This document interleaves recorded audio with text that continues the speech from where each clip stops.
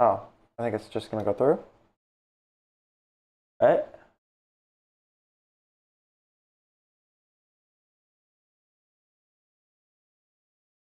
Haha. All right. I did it. Today. Today.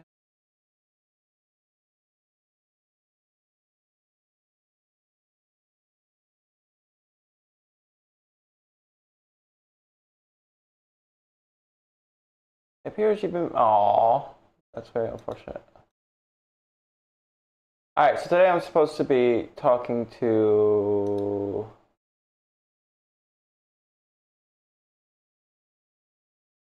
somebody. Uh,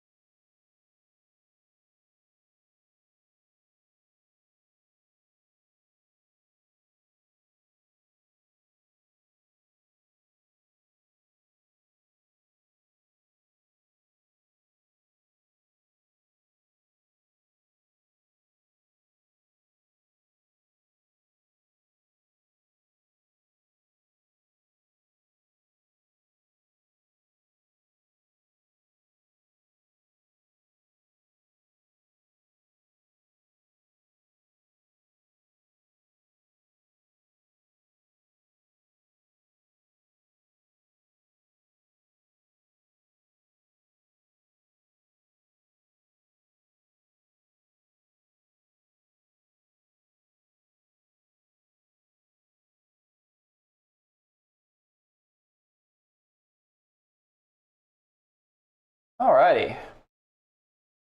And we wait. Mr. Gibbs still.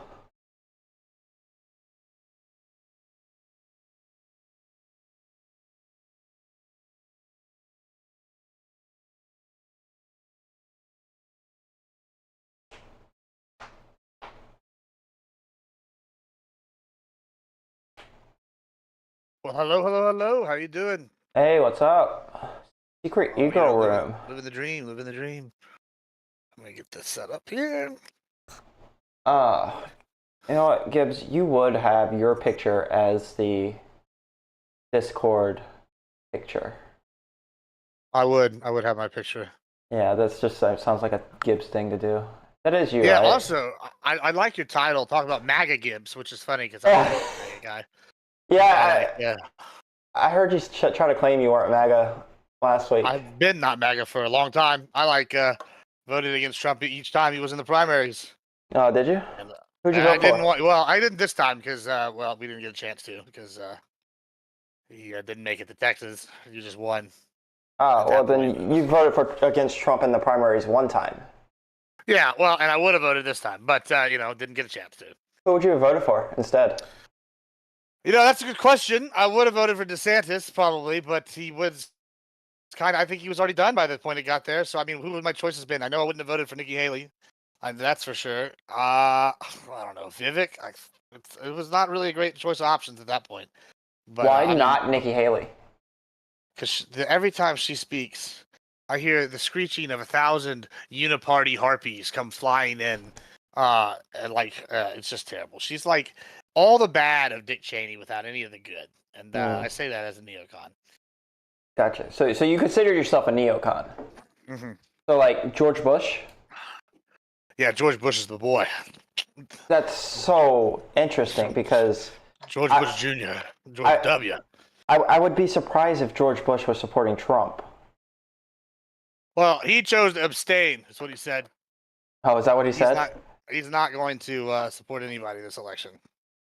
Interesting. Okay, so what do you think? He previously had come out for Trump though in the 2016 one. So. Well, yeah. What are the differences? I mean, what are the similarities? What do you see Bush like and Trump? Also, is my mic cutting in and out for you? No, you're fine on my end. Okay, good. What is Bush like for Trump? No, what are the similarities? Like, what do you see that's Bush like in Trump? Well, I got one. Sure. He won the presidency without winning the popular vote for the first term. Yeah, it's a good one. I will say this. I mean, he seems like tougher on like Bush was a neocon through and through. He definitely was like, we're gonna go take people's shit. We're gonna go in there and take Iraq shit, etc. Trump's not so much like that. However, I see kind of like echoes of like the gunboat diplomacy with Trump to some degree, even though Trump is more of an isolationist. Trump had, he was a lot stricter on the border than the Biden admin has been. And Bush. And Bush.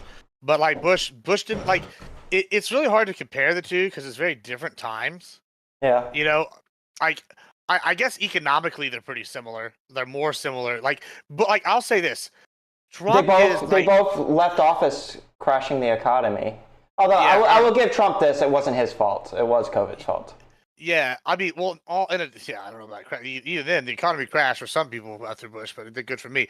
I will say that the biggest thing is like Trump is like basically Bill Clinton with his policies from the whatever, right? That's because I guess the Republican Party has moved left, whether or not people want to admit that. He's not as far right as he could be. Like Trump is actually like center right.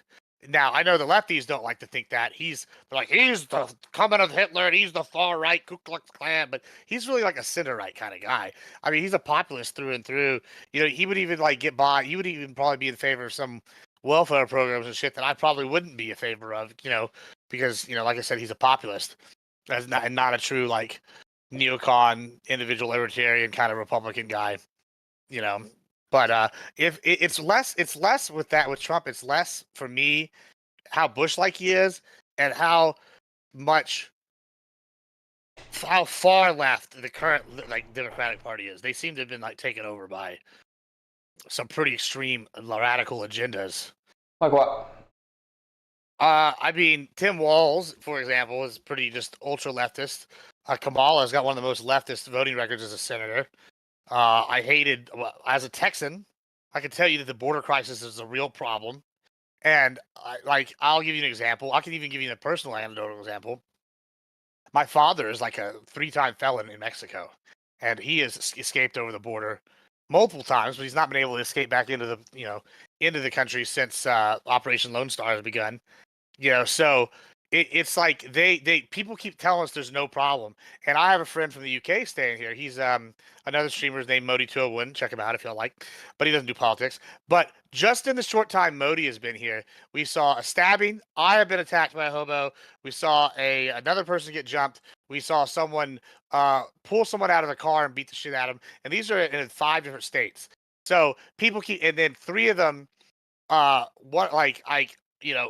I had an illegal alien crash into, and I only know this is an illegal alien because it was reported on the news, into our fiber optics cable thing. I didn't have internet for a day, and they were running from the police. And then in Corpus, my hometown, there was another guy that holed up and did whatever. So like the illegal immigration and the crime is like yes, they're 2 separate things, but they're also interconnected, and they have been a massive problem down here. And people just like keep blowing us off and go, "It's not really a thing. There's no crime wave. There's nothing." And like it's a thing. It's like that. I don't know how we got to this subject, but it's like I keep seeing like every day on the news, like this is like local news, not like national news. Like, oh, we caught 16 members of Tren de Agua in San Antonio, and it was like a apartment complex, like literally across from the club me and Modi went to last night. And then 3 people get caught in Dallas. 2 people are caught and then I'll like turn on national news and like MSNBC will be like, "There's no immigration problem," and it's infuriating. It's like, So what are the statistics on that? I mean, which ones do you want? Let me find them out. Which statistics do you want? Like, what percentage of the murders in America are committed by illegal migrants? Well, my argument would be if there's 1 murder committed by an illegal migrant, it's too many. Well, that's kind of a ridiculous argument, isn't it? Why? Because that would be like me saying, if there's 1 murder committed by a citizen, then we just need to stop having babies. Like, it's not. It's still different. It's a preventable thing. Wait, so if there's a murder from a legal migrant, does that mean we get rid of all migration, period? See, this is the false equivalencies, right? That y'all are you're trying to do here. Like, check this out, right? Say it's a preventable murder, like the one that killed Laken Riley. The guy came through an area that had been secured by Texas, and the Biden admin had torn down. And so that's a completely preventable murder. He came through that area, and then he ended up killing Laken Riley. How do you tell? And Bill Clinton even admitted this. He goes, "How do you tell the family, oh, if we had actually enforced the laws, this person would not have killed your daughter"? How do you justify telling that to the family?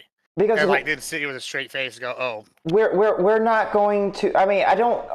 My understanding with Operation Lone Star is that Texas is overstepping its authority to its state authority. Migration is a federal thing, and we're not going to just let that stop being the case because a person got killed. Why was the Mexican-American War fought?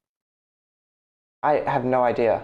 Well, I'll tell you why. Because the Rio Grande is supposed to be the Texas border. Do you know when Texas signed on, part of our conditions of joining the United States was, A, we're going to sell some land. We sold that, became part of the Oklahoma Territory. And I guess it was originally called the Indian Territory. We sold part of that to pay off our debts. Texas came in, absolved of all debts. Then we joined with the guarantee that the Texas border, which is the Rio Grande, would be enforced against Mexican invasion or invasion from the south. And guess what? They're not upholding the deal. So this is back holding up to the entire treaty obligation of us joining. And so whenever you're sitting here going, "Oh, this doesn't matter," it does matter because that's the whole. When they said invasion, did they mean military invasion or did they mean were they talking about migrants coming in? Also, matter. It does. It's kind of a huge difference. It really does.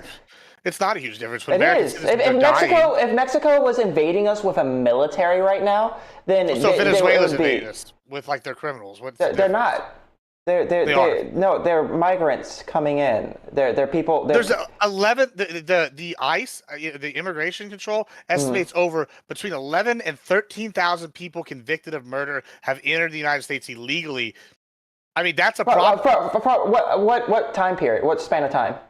I don't know, the last 4 years? No. Yeah, I'll pull up the stats. I got the thing. I have it here in my Discord somewhere.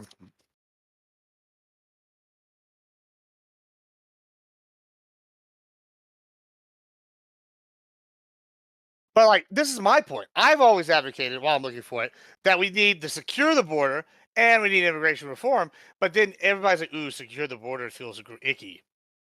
Like, why is that an icky thing if we force people to go through? Like, having a deterrence up has been proven to stop sex trafficking. But Not wait, having it up increases it. did you find how what span Yeah, of time pull it those? up right now. Okay. Yeah, let's see 1 second. There you go. NBC News. More than 13,000 people. Mm-hmm. I will just post it in my general for the fastest, I guess. Bam. Or I'll just send it directly to you. That'll be easier. I mean, that's NBC's reporting that. That's a leftist news organization. I mean, you don't see a problem with 13,000 people No, have been convicted of murder No. So coming in the U.S.? This 13,000 people are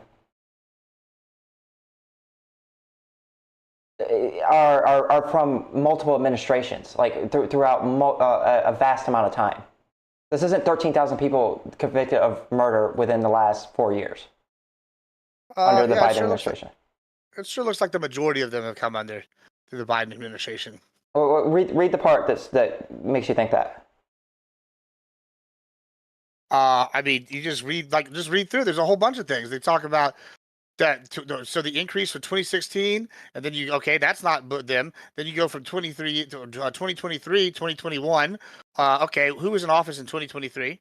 Who's in office in 2021?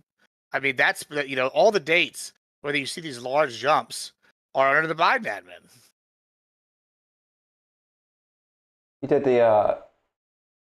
Oh, I was already reading the thing that you. So you're conveniently. Hold on a second. More than 13,000 immigrants are outside of the United States living in migration. Custom enforcement detention in Congress earlier this week. The immigrants. Two of the officials said it's not known how many are incarcerated because ICE is not always that's not the part that because I was already reading this article before you sent it to me.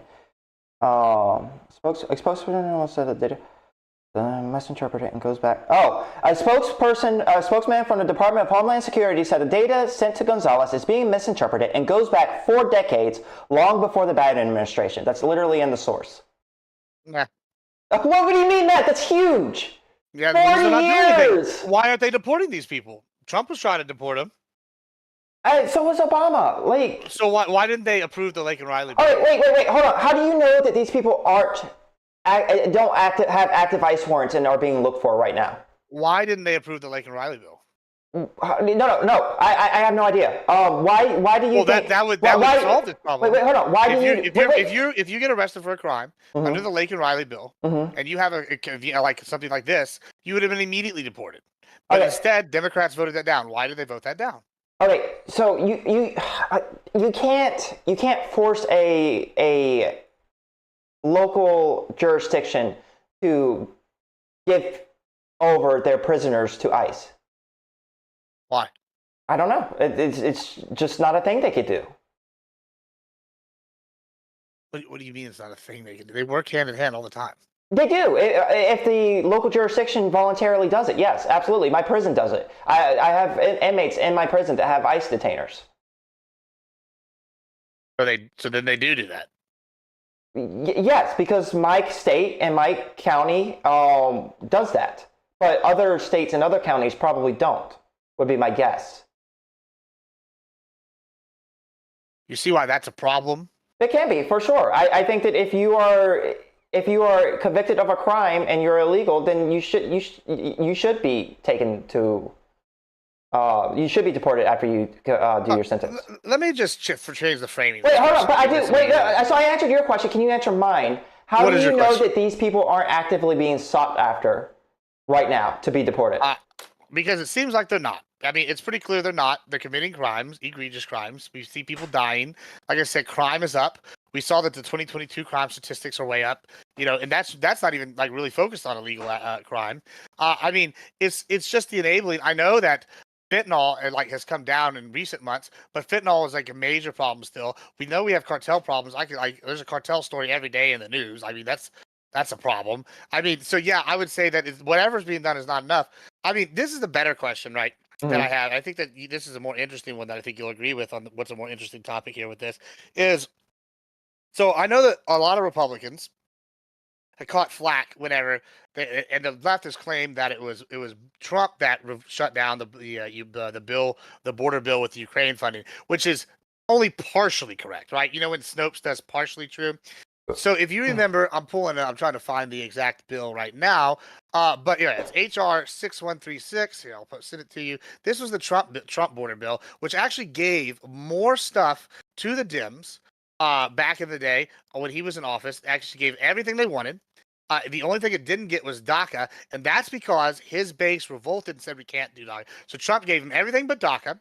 Then in the new border bill that was proposed, the supposedly bipartisan one, when everybody on the border actually revolted again, and then Trump goes, "This is a large, significant member portion of my base," because it wasn't given enough to the wall, enough to the border security. It was only processing the second part, which I'll get to in a second. It goes, "Hey, everybody's going after Trump." Says, "Well, Trump is just being consistent. His base said no twice, no to DACA, even though it gave everything else that they wanted. It had the wall, and then it had all the back end stuff, had more judges, etc., etc. So why are the Dems so against a secure wall, even if they get everything they want? Because clearly it's not DACA that's the issue, right? Because they didn't include DACA in their newest border bill either. So they can't blame DACA now. Why would they not have supported that bill if they really wanted change?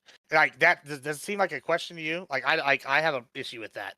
Generally speaking, draconian border policies aren't popular on the left.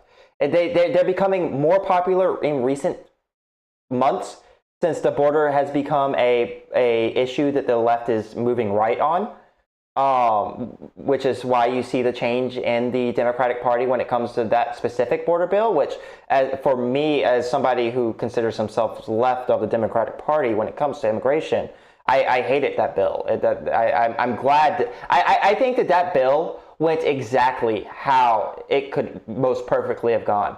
Donald Trump, the candidate that I do not like, killed that bill, thus crippling, not completely, but it's got a limp because of it. His claim on the border narrative. And we didn't get these stupid ass rules like closing the border, whatever the fuck that means, after so many people cross. Yeah, well, let me elaborate on that if you don't understand what that means. Okay, so think of like immigration, and this is like really gonna dumb it down, so bear with me. I know, Okay. but think of immigration. This is what we're having here, like on the Texas border, right? Is we have not only we have a crime issue, we have an infrastructure issue, right? And we also have private citizens getting their land damaged. I mean, just on my ranches, we've lost, and not my ranch, and my family's ranches, we've lost like 50K and stuff due to coyotes destroying property and killing cattle. Like that's a problem. And like if you expand this across Texas, it's probably millions of dollars like lost like by ranchers, right? And that's a drop in the bucket, sure. But if we really look at it, this is the analogy I'd like to use, right? Let's look at New Orleans. When New Orleans had the flood, or even Houston when we had Hurricane. God damn, I can't even think of the hurricane that I just Harvey that I was there. One of the things that was like bad about both those is they are below sea level in some areas, right? And what do they need? They need a seawall to stop the water from coming in. And once the seawall is breached, you got to rebuild the wall before you can pump out the water. Otherwise, you just have an inflow. Same thing with immigration. The Democrats have been proposing, oh, if we get enough judges, we can fix the backlog. Like that's a big thing I keep hearing, right? And I'm like, that's not going to solve the problem because as you fix the backlog, you have more and more people just rush in because now they know they can come. And they're going to be able to get processed or whatever, as opposed to forcing them to come through legal ports of entry. And that's the major issue that we're having. Because I mean, it's also dangerous to these migrants. We literally once a week have a story about a truck with like 6 to like 24 people like coming in and they die of overheating or like get pulled over, they get arrested, and the guy runs off and people die. And it's just like this is a problem. It's a safety issue. And like if people like like me, I know we sound like harsh, but it does have some sort of compassion base because it's like you need the deterrent so people are forced to come through the proper way because the other ways are very unsafe. And like people don't y'all just think it's icky, having a secure border and like what do we do here? Okay, so I do, because I did answer one of your questions earlier. I do want to go back to, and then we can go back to what you were just talking about. I do want to go back to this idea that they're not looking for these criminals. If you were so sure that those 13,000 criminals were over the past 4 years instead of the past 4 decades, how do you know that your feelings on, we're, in your mind, is it possible that yes, these people are just fugitives and we can't find them at the moment, and should they be found, they're going to be deported? Is that a possibility in your mind? I mean, is it a possibility? Is it a strong possibility? Yeah, I don't feel it's a strong possibility. No. Okay. All right. I mean, look, why would you It's kind of like if you go to a country without extradition. If they go to a state that is like a sanctuary city or something, where they can't even be asked about their immigration status. But ICE can go into even a sanctuary city to look for criminals. It's just that the local authorities won't work with them. Right, which hinders quite a bit. It does. It hinders them, and there are certain aspects of that I don't like. But anyways, yeah, you answered my question. So you're talking about we need to build a wall and and reform. So I think that the whole immigration issue is largely misunderstood. This isn't we don't really have a big problem of people coming into the country and trying to escape border patrol and living life under the radar. Most of the border issue that we have is people coming in and trying to take advantage of the asylum system. It's the biggest part. It's a big part, and I don't know if it's the biggest part. I mean, probably the largest part. But this is something that frustrates me to no end. Is it feels to me when I talk to people on the left, y'all hyper focus on the asylum, right? And I'm not saying the asylum system's not broken. I'm not saying that's not the biggest part. However, there is a large part. And it's a significant enough part that is a problem of illegal entrants that are not asylum seekers, that are smuggling people in here for sex trafficking. They're smuggling drugs. They're committing crimes.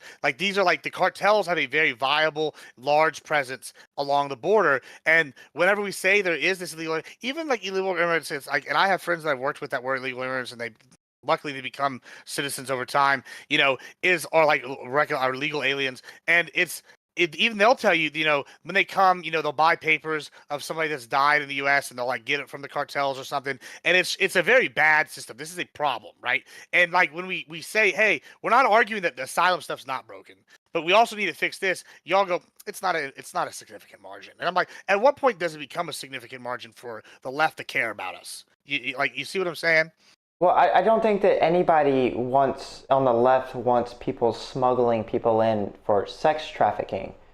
That's already illegal, and that's already a thing that we support, and I'm sure the administration is working towards catching and preventing. Well, they're not, though, if they're tearing down the deterrents to stop them from coming in. Well, the wall isn't a deterrent to stop sex smugglers. Sex smugglers it absolutely is. Well, you don't think that sex smugglers can afford ladders? Okay, when we say wall, do you think they're literally talking about only a physical wall? Okay, wait, hold on. So I am of the opinion that the only way we're going to stop migration the way that the conservatives want is if we build a Israel-like militarized wall. Is that what you're advocating for? I mean, I would like something like that, sure, but I mean, there's areas where that's not going to be possible. No, we're talking. You have your way. You're king of America.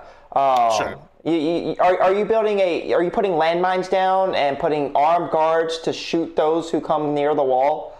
Is that the wall that you're? That would be something I would probably advocate for. Okay, well then yes, we would absolutely stop immigration if we did that. I agree with you, but I think that I think that we don't want to stop it. We don't want to force it to legal ports. I think that is barbaric. A I barbaric mean, is way it of going barbaric if about it, like it. you see like a definite decrease in like sex trafficking? Like if you saw a substantial You decrease. would see a substantial increase in innocent people getting shot by our border patrol. No, they would just go. They would go. Well, we're going to go to the legal process. Why would they not? They're like, Because oh, because it's the impassable, so we have to go legal because the process. legal process is impossible for most people that Why? are trying to come through here. Because we don't have a legal process for most people. Well, exactly. That's why I need the wall and reform. But people are desperate enough to go make the dangerous trip that we have. Right? And when you say wall, you mean this militarized wall, landmines, migrants getting shot by border Maybe not patrol. landmines because the animals, but something very, very militaristic. All Yeah. right, so you value the lives of the animals more than you do migrants. It Because seems. the animals affect American citizens. Yeah. Okay, cool. Yeah. So just so we're clear, that's what you're talking about every time you say wall. Yeah, I would like some kind of very like whatever's going to take to stop people from coming here illegally. And we both agree that it's going to take like border patrols shooting people on the border. I don't know for sure that it would take that. I mean, like I think that if you built a strong enough deterrent that like people knew that yeah, you might get shot or you maybe electrified the fences, or like you had drone swarms going around like, hey, they've made it through this part of the desert, and then you immediately have border agents picking them up and like shipping them back. That would be preferable than what we have now. Now, I don't know if that's going to require them shooting women and children as they swim across the Rio Grande. I don't think that's what they're going to do. But I got told these balls of death were these giant death balls were covered in razor wire and buzz saws, and then if you look at it, it's just a giant orange flotation device. Like that spins. Like it's not like the death ball that's being made out to be. So like I don't know that it would require them to get shot. I don't know that we actually need a drone strike these all right. people, Well, but like we can have something substantial that would deter them. think about what it takes for most of these people to get to America. They're going through. They're walking through treacherous terrain. Oftentimes, they're walking through dangerous cities. They've got to avoid. Oftentimes, they got to avoid authorities because the authorities, if they get caught, will take them back down to the south. Well, why is that our problem? No, so hold on. I'm not even saying that's our problem. I'm trying to make a point right now. They're hiring people who are trafficking them. Oftentimes, they're raping the women on the way up here. The women are risking getting raped. So you agree how dangerous this is.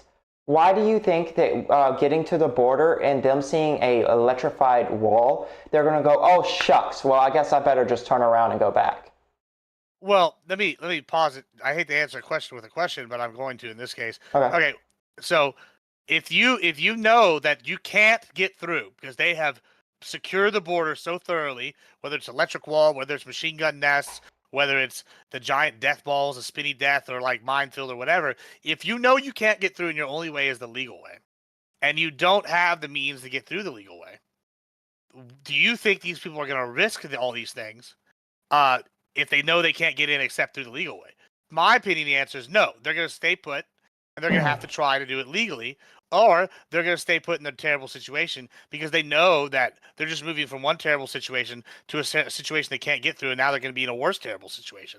And I think that actually is going to lead to a net gain of life and protection of lives because these women aren't going to be getting sex trafficked on this journey.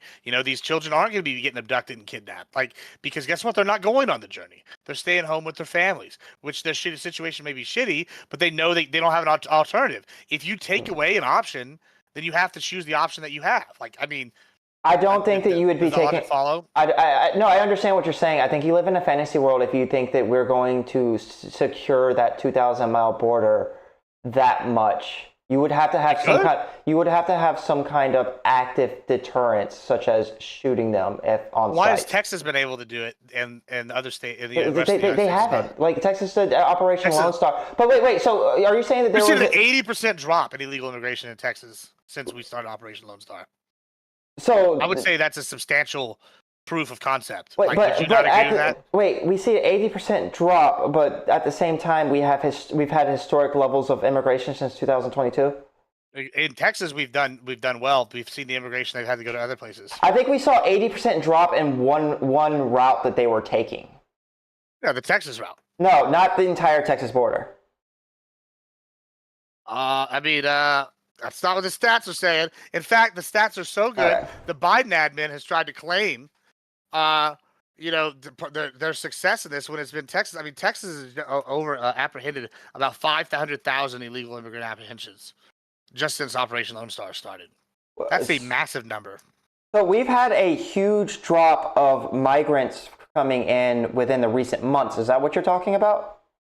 The one that Biden's trying to give his. There's a new caravan on the way. Biden's trying to give his. He's trying to take credit by saying it's because of his executive order, right? Is that what you're saying? Sure. Yeah, basically. Well, what do you mean? Sure, I need to know exactly what you're talking about because so Biden has claimed that immigration has dropped recently. Yes, he's been successful on the border. Yes, whatever. That's been a claim. When did Operation Lone Star start? 2001, 2021. 2021. Okay, so is your claim picked up that more and more in the last couple of years? Okay, so your claim is that like Texas Lone Star, Operation Lone Star started in 21, but it's just now taking effect because that would make sense. Because 21 and 22 and 23 we had record numbers. I could just read you the stats from the Texas.gov website. This is easier. Since the launch of Operation Lone Star, the multi-agency effort has led to over 491,100 illegal immigrant apprehensions, more than 37,800 criminal arrests, with 34,300 felony charges in the fight against Texas' fentanyl crisis. This Texas law enforcement has seized over 450 million lethal doses of fentanyl during this border mission. The list goes on and on. Here's the thing. We just had a massive drop in fentanyl deaths and whatnot. And whenever you have somebody like Texas going, hey, we got 450 million lethal doses off the streets, that goes, hey, causation. Wait, where does it say 80% drop? I'm interested in that part. Oh, well, I'll find that one. That's a different article, but sure. Give me 1 second here. But I'll just tell you what I believe to be true, and I've looked this up. We have had a drop in immigration in the recent months, 2024, like summer or some shit like that. And Biden is trying to take credit for it by saying that it was his executive order. But what's actually happening is the Mexican authorities are capturing people before they make it to the border and taking them to the southern cities. And that's what's caused the drop. It's not Operation Lone Star. It's not Biden's executive orders. I think there was some kind of deal made with Mexico, but there hasn't been any proof of that yet. Yeah, I don't know about that. In fact, I've seen articles recently saying that they're about to stop. They're not working with us all under the new president. I've shared those recently too. Hold on, I'm gonna get the other article. I just gotta scroll here on the 80% thing. I mean, the long story short though is I'll tell you who said it is Greg Abbott, and then he posted on his stats up. I'm just gonna scroll until I find it, and then I'll drop you the link. Okay. But yeah, it's been an 80% drop. Like, you can look at all the numbers. Texas has led the way in all these things. Yeah, the 80% drop happened in 2024, right? It wasn't 2022, 2023, or 2021 I'm gonna give you the exact thing here. One second. Just let me scroll on through my million posts on Twitter here. Find his I've already got a article. Now, I'll admit I haven't fully read this, but I'll go ahead and post it to you anyways. What I did was I searched up why has there been a drop in migration to America, and I clicked on the first link. The most significant reason points to a Mexican government crackdown on people transiting the country, which is bringing increasing reports of harm to migrants. Large numbers of people are currently bottled up throughout Mexico. So my guess is going to be at some point that's going to overflow, and we're going to have a huge migrant surge probably sometime next year. Well, that's why Texas is building more walls, because the Biden admin keeps tearing them down. I mean, I absolutely agree with you. Mexico's not going to hold them. They're going to send them on over when it's Well, no, they don't send them on over. They don't have the ability to hold them. Yeah, listen. It's not like they're like give them a slap on the butt and says, good luck, have fun in America. It's that they just don't have the ability. I mean, it's basically that. If you're over here like letting them sit there, not deporting them yourself, you're basically by omission allowing them to. They're taking them to the southernmost cities. Like that's what they do. They capture them, take them to the southern cities of Mexico. As far away from the American border as possible. What? Hold on. Here's the thing from Abbott. Okay. He's got his stats listed in his thing. Yeah. So in a link somewhere on there. So yeah, I mean it's 85% decrease in illegal crossings since Texas started Operation Lone Star. I mean, please tell me there's an article linked. Please tell me there's some kind of statistics linked, not just the Twitter post from Abbott. I mean, it is linked. He linked. Okay. I was about to flip out. He linked it to Operation Lone Star right here. Okay, cool. Come on, man. I got a little more than that. I'm not gonna just take Abbott at his word. He's a wild one himself, you know. Well, this is coming from the governor's office, right? Yeah. Either way, it's so you are taking. Yeah. It can be fact checked. It's been fact checked. Nobody's really arguing with these numbers. Like that's not really a point of contention people are having. People are like, okay, Operation Lone Star has been successful. Like that's not been a problem. I don't think anybody's even really argued that. At least I don't think.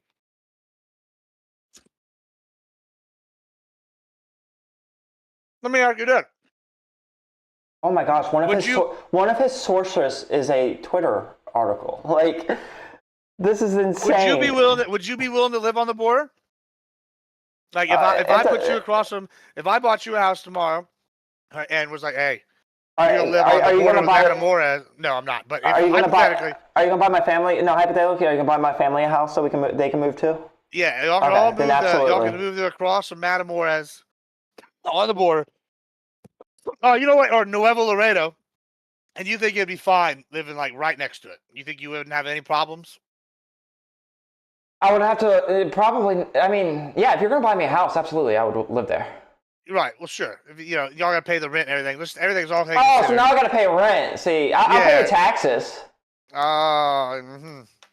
But like you know what I'm saying? If you're going to like live right next to the border, that's not somewhere you probably want to live, right? You wouldn't want to live across Nuevo Laredo in Laredo, Texas, would you? I don't think it would be a big deal, but I don't really know. Well, I'm telling you, you wouldn't want to. Like that's the problem. I mean, you don't have to believe me, but like, there's a reason why these are like cities people are fleeing from here in Texas and like other cities. It's a problem. Like it's the cartels are a major issue, and just people like hand waving. But moving on. Yeah, so hold on a second. Texas border sharpings. Illegal immigration has decreased into Texas by 85%. I click on the link. It's a fucking Twitter post. How am I supposed to take that serious? Hey, that's a Texas.gov post. You got to take the government serious. No, you don't. Absolutely. Wait, hold on. If the Senate released a report on Trump right now, would you believe it? I would say it's serious. Okay. I would. I don't know if I believe it or not. But I mean, like they'd at least have some kind of independent fact checkers like look at it. I highly doubt any fact checkers have looked at this website. The Texas.gov website. Yeah. The W. Wait. Oh no, that's the one that. The Texas.gov website. I mean, I don't know about that one, Chief. You can't just be posting total propaganda on the government websites. Yeah, you can. Absolutely, you can. People will be fact checking that left and right. Unless it goes under the radar. This is one of the biggest stories in America right now. You think any of this is going under the radar? Operation Lone Star, Abbott's claiming that Operation Lone Star dropped immigration by 85%. You think that's the biggest story? I'm saying that immigration is one of the biggest stories. Yeah, immigration is, but that little aspect of immigration isn't. But people have forgotten about the Texas Operation Lone Star versus the federal government feud. I mean, it's ongoing. Like, there's literally a lawsuit that just got posted. Yeah, it's ongoing, but nobody's talking about it. I don't know. It was on Fox News like yesterday. Big update about the case. Okay. I didn't watch it, but there was a big update. Okay. So yeah, there are problems that come with immigration. There are problems that, especially illegal immigration. I don't think that militarizing the border is a good answer to those problems. Most of the problems that we are seeing is due to lack of legal ways to come into the country. If you are crossing the border and trying to take advantage of the asylum system, it's because you don't have a legal way to come in, and you know that if you try to take advantage of the asylum system, you will get at least a couple of years to work in America and make some money. And honestly, I think the fix to that is probably just going to be to open up legal pathway. Wait, let me ask you. Actually, let me ask you They're this. saying, hold on. So you're saying most. This is I'm looking this up right now. Factcheck.org has illegal immigration as of 2000. Only 40% of people are people taking advantage of the asylum system, according to factcheck.org. And PolitiFact has, I think, the same out. Well, this phenomenon is a recent one. So if they go all the way back to 2000, then yeah, it's going to be less.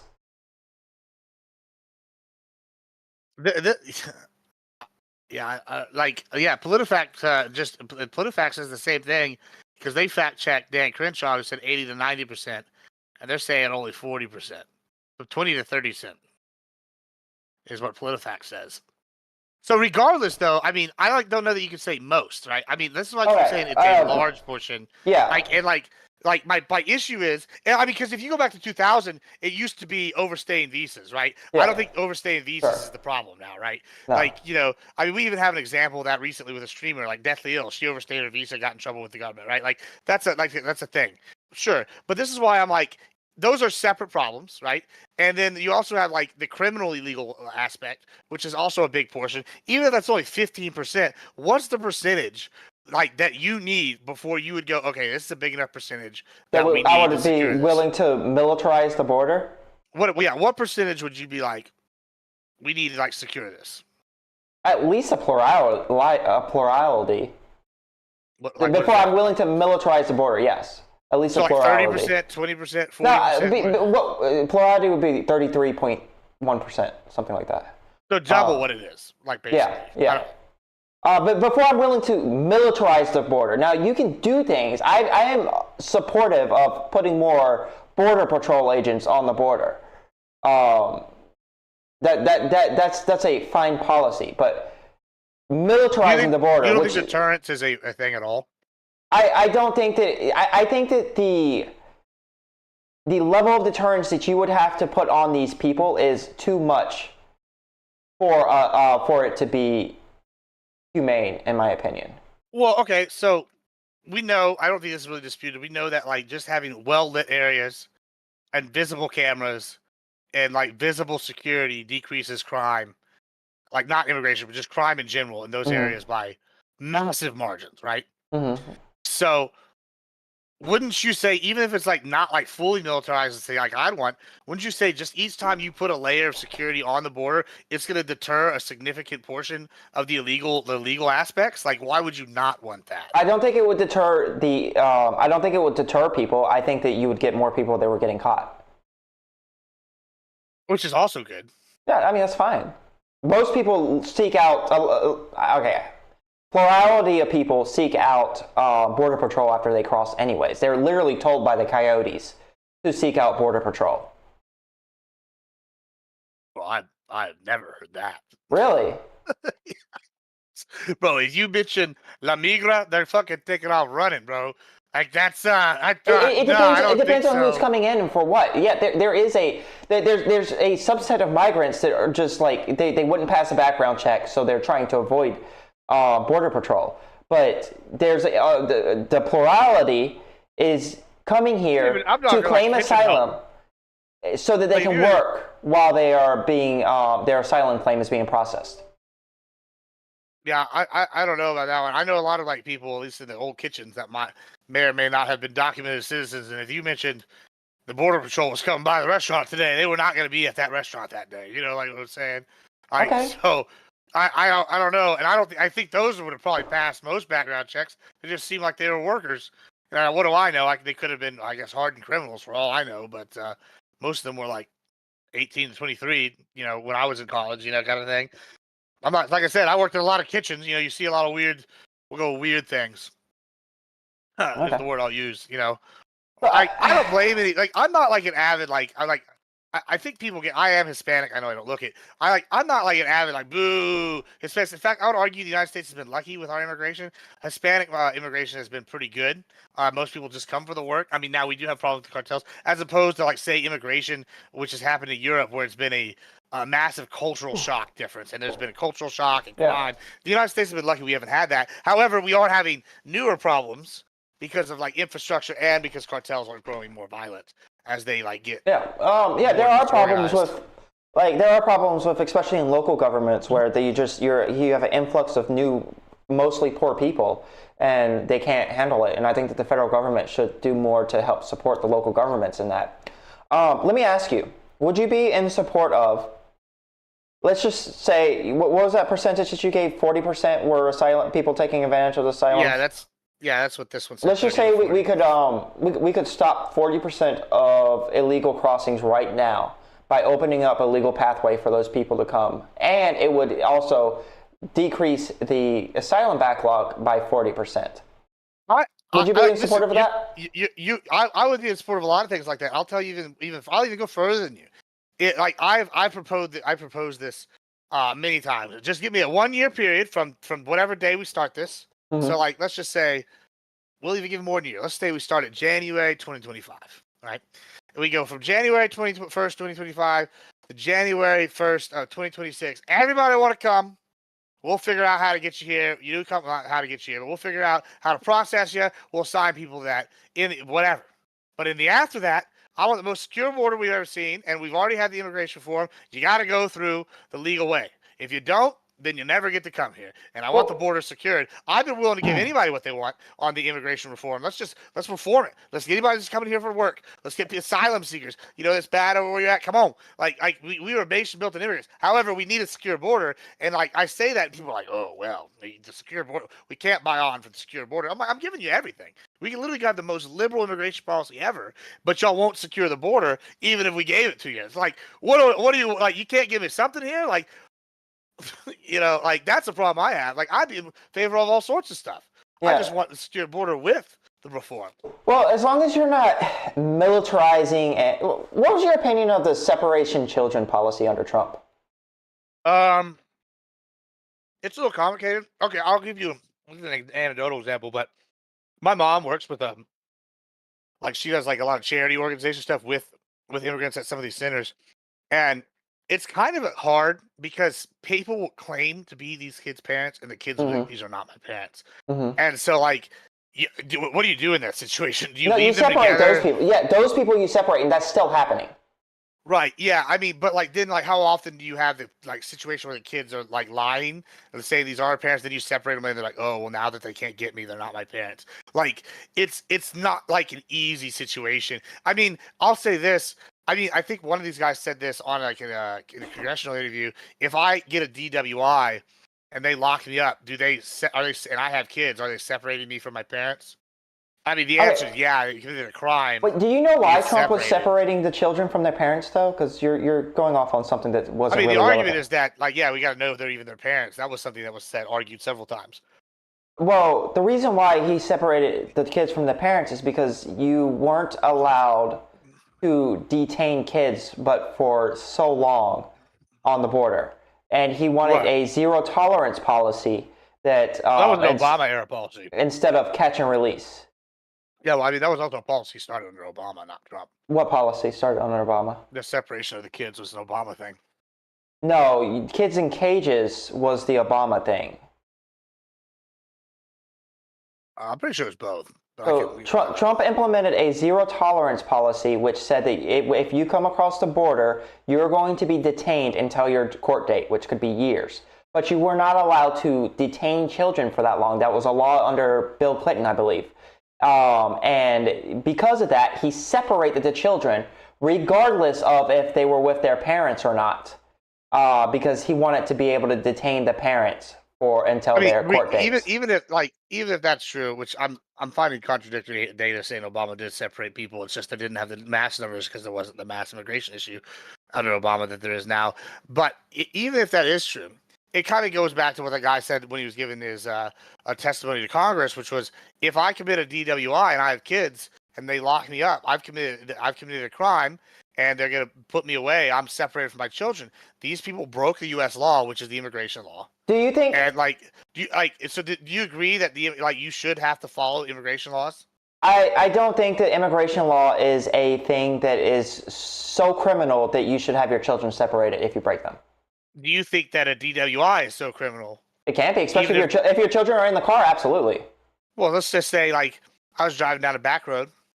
Nobody's around. It's 4 in the morning. DWI. Okay, but you're still putting DWI. They arrest me, and I have kids at home. Yeah, you're still putting other people's lives in danger by doing a DWI. Crossing the border is not that. Okay, well, like, what is the level of crime then that you would be okay? Like, because it seems like you're saying like any crime that you deem not serious enough. I mean, like, well, I heard crossing the border. If I have like a weapon, if I own a gun that's like an assault weapon, but it's in a closet stored away in a gun rack, and I get arrested for that, they would take me to jail. Why? And that's just a gun that's been locked up. It could have been a gun my granddaddy owned that was a machine gun or something, right? And I inherited it, right? Like, there's all sorts of scenarios I could think of where that are less dangerous even than like the immigration thing, because at least we know where that's at, and you could still be arrested, separated from your kids. So it seems like you're pretty just.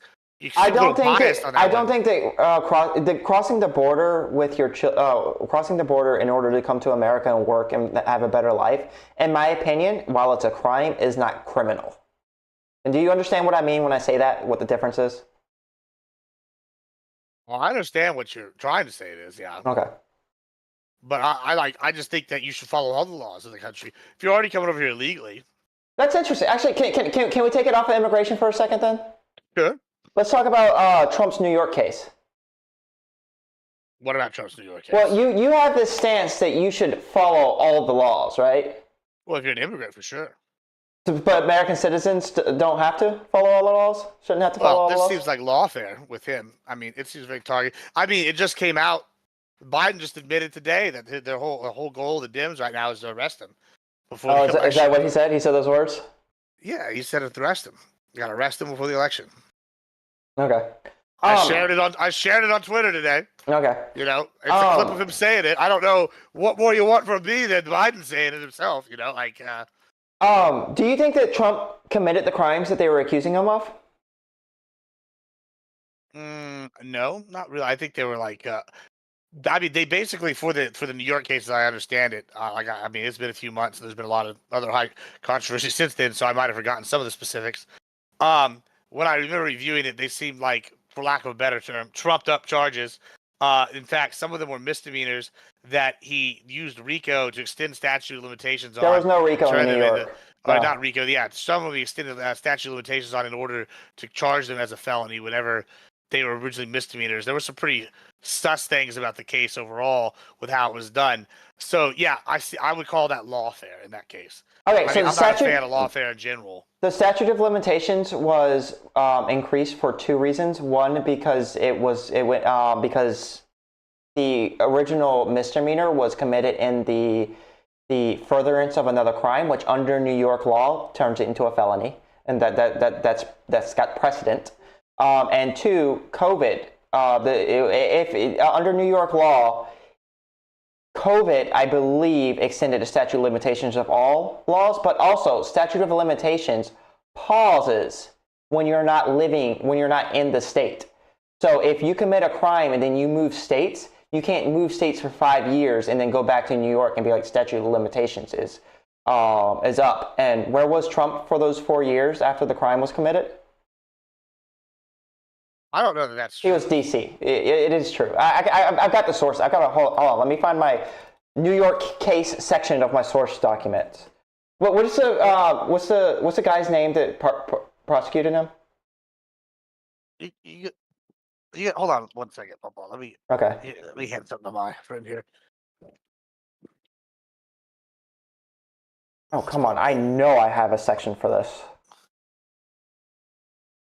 Information. All you need for it? That needs the honest. Oh, fraud case. There we go. Hold on. This is what I found. This is from legaldictionary.net. Tolling the statute of limitations, where the clock is temporarily put on hold. This is referred to tolling the statute of limitations. Tolling the statute of limitations may be requested, may make an motion to the court. In such a case, a hearing will be held in which a judge will decide if there's a good reason to put time limit on the hold. There's suggestion, basically, long story short, it's everything you said, basically. Mm-hmm. Here's a different thing. The statute can be thought as a clock, running time, etc., etc., etc. It's basically what you said, but they have to put forth a hearing to decide that, right? Like if they're going to apply tolling it whenever they're out of state. Do you know that they didn't? We can find that out. I'm sure that. Here is a link. It basically talks about tolling it during COVID.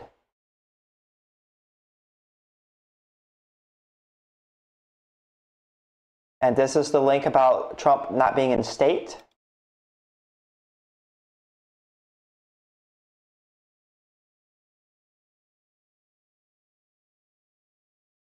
The only thing I'm seeing is for a civil case.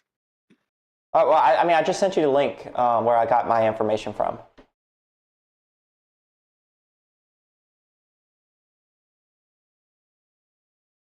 If you wanna do a Control F search, because I don't know how, it's been a while since I've actually read that. You can Control F and calculating the time limitations applicable, and you should get to the section that that's relevant.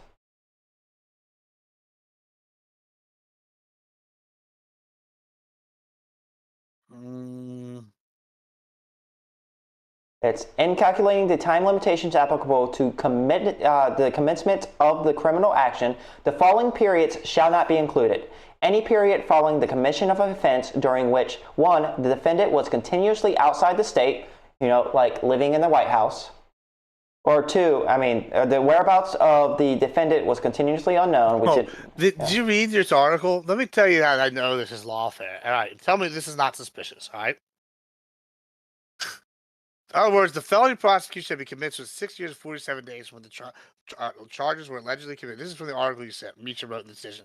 Trump was charged within days of that deadline. So they literally, this is after Cuomo, the governor, extended it. So, that's pretty clear that that's lawfare whenever you have days until the deadline's up and they file it.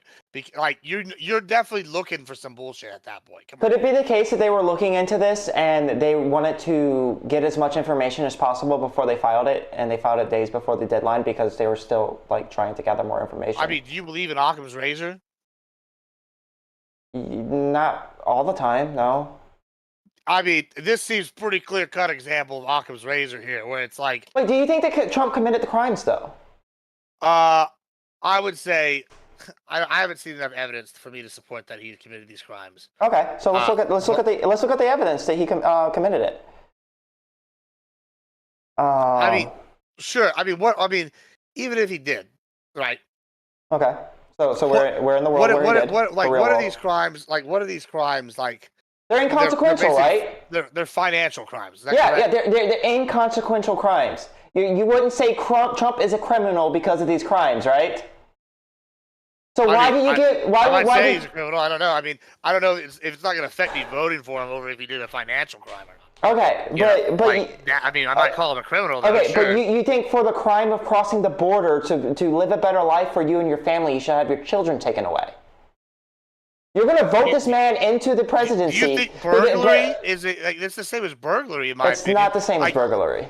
Absolutely is. I mean, we already talked about how I personally have lost thousands of dollars on my ranch. Yes, those people that killed your cattle and destroyed your property, those people are committing criminal acts. But those are people just coming for a better life too, though, right? No, why is that any different? Yes, they are. They're coyotes feeding groups of immigrants. The coyotes aren't the ones that are coming here. The coyotes go back to Mexico. Right, and so the only people we could prosecute would be who? The illegal immigrants that ate my cattle, right? If the coyotes go back to Mexico, who's left to prosecute for eating my cow? So you're saying that they killed and ate your cattle on the road? On the ranch? Yeah. Yeah, the ranch. while they were trying to. They cut through the fence. No, coming through the land. Yeah, sure. And they're trying to get into certain areas, like certain cities, or where they have people there. Yeah, and they go through. They stay in ranch land because a lot of ranch the specific they migrants. Killed cattle. Yeah, the specific. They killed cattle. They ate it. The specific migrants that ate your cattle. The specific migrants that ate your cattle are criminals. Yes. But they were just coming for a better life. But they ate your cattle. Exactly. You see the problem I'm having here? But not everybody's eating people's cattle. Most people aren't doing things like that. Yeah, but it's thousands and thousands of dollars of damage. How do you stop this if you don't secure the border?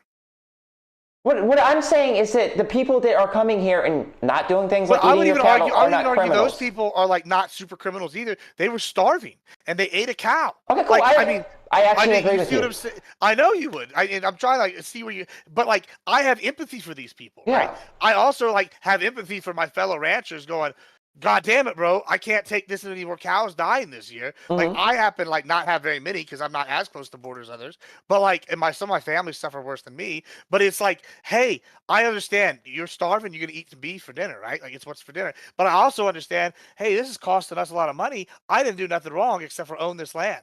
Like, we need, like, both of us have a problem here, Yeah. No, and one of the I problems can be understand all that. solved, and one of us is a citizen. Like, who does the duty to first? I understand all of that, but I'm not going to sit there and say that somebody crossing the border deserves to have their children taken away. But you would if they ate my cow, you'd be okay with it. Yeah, if they got arrested for eating your cow, then yeah, we can't have people eating people's cows. Hold on, 20 seconds.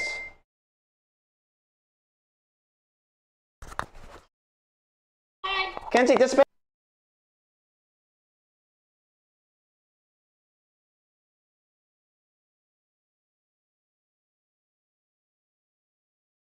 Well, my friends, how y'all doing today? Is everybody doing all right? Have a good one-on-one. I think we're gonna do another one-on-one a little later as well. Testy, how's it going? Ruth, Roth, Samara.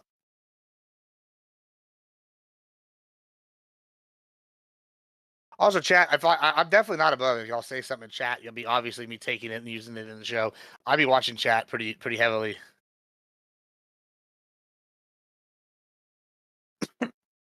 Yeah, we could ask that. I'm gonna use the rest of one. But yeah, I try to read, like, I try to interact with the chat if it's on topic. I like sometimes y'all think of stuff or y'all like, and if y'all have like a point, feel free to like post this, like tell me and post a source. I like get stuff from some of my people all the time. Now I don't always use it. Sometimes I don't trust your sources, or it doesn't fit my argument that I'm like crafting because it's like I'm going to go a different direction or something. And y'all are always welcome to post in my Discord.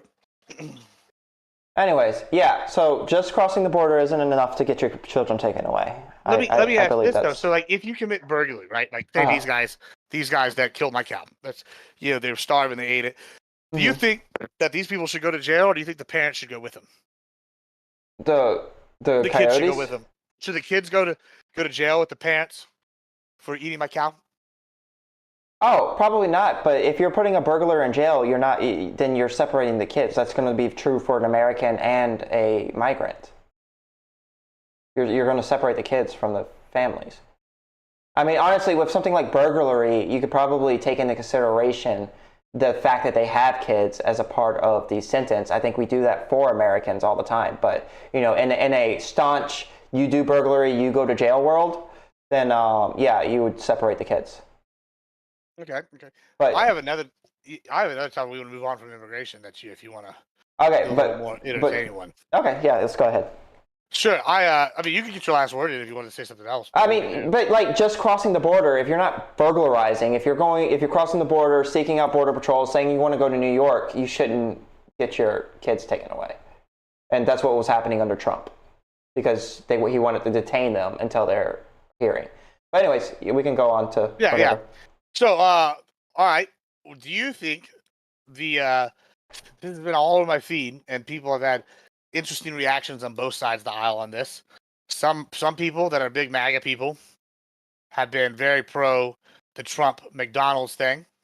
There have been like people like me who are not as big pro MAGA guys, even though I'm portrayed as a MAGA guy by the Twitch media. But I thought it was pretty funny. I thought it was mainly a troll thing. And then there's people on the conservative side that hate it, and then obviously people on the left hate it. What's your opinion on the McDonald's move by Trump? I have no strong opinions on that. I mean, it's silly. But like, yeah, it's okay to be silly. Like, do you think that this is, I guess, maybe a better. I think this is like a microcosm more the Trump. Like, I think that this seems indicative to me with the overall campaign that with Obama. Do you remember how like hopeful the Democratic Party was? It's change, hope. Yeah, I remember. It was my first selection I voted in. Right. It was very hopeful. And it seems almost like the parties have flipped on that regard. It seems like the Trump is the party, the fun, the happy, the excited. He's going on Aiden Ross. He's going on these things versus Kamal and Walls are like the doom and gloom. Like, do you think that's going to affect the outcome of the election? Like any of this party flip, like flop in the hope regard, the happy regard? Well, I don't agree with your premise. I think that Trump is the party of grievance, and America's terrible, and Kamala's the party of we're moving forward and we're going to do better in the future. Why do you think that? That's just the way the messaging. If you look at the RNC and the DNC, it just seems the way the messaging has been. Her slogan is we won't go back. His slogan is weren't you better back then? Like so. Really? Make America great again. Like sure. You're saying America's not great in your slogan, and that's your 2016 slogan. I agree with that. I mean, they cooked the cow with fire, BLGS. But I would just say I don't know. I do agree with the slogan thing. However, it just seems like one side's very much like much more happy, like happy, rule and talk. I'm like I'll give you an example. I had a Trump. I wanted to do this thing. I'm thinking about posting some of the vids. But when we went to California, I've done this in Texas as well. I have a Kamala outfit and I have a Trump outfit. And you just go interview people and see what they say. One side in both Texas and in California, when confronted with the opposing side, was much, much more rude than the other side. And I can give you 3 guesses on which one it was. It wasn't the Trump side. So it seems like one of them gets much nastier very quickly than the other. He's like, yeah, I disagree with you, yada yada. But like, and this is in 2 very different states, right? And like, and I'm trying to like reconcile it with how do you think that's going to play out in the election? Do you see any of that like from the base or the? Yeah, I think that the left wing base tends to be more gatekeepy when it comes to their movement, and I think that's not a good thing for the base. But I think the politicians try to be much more of a big tent type thing.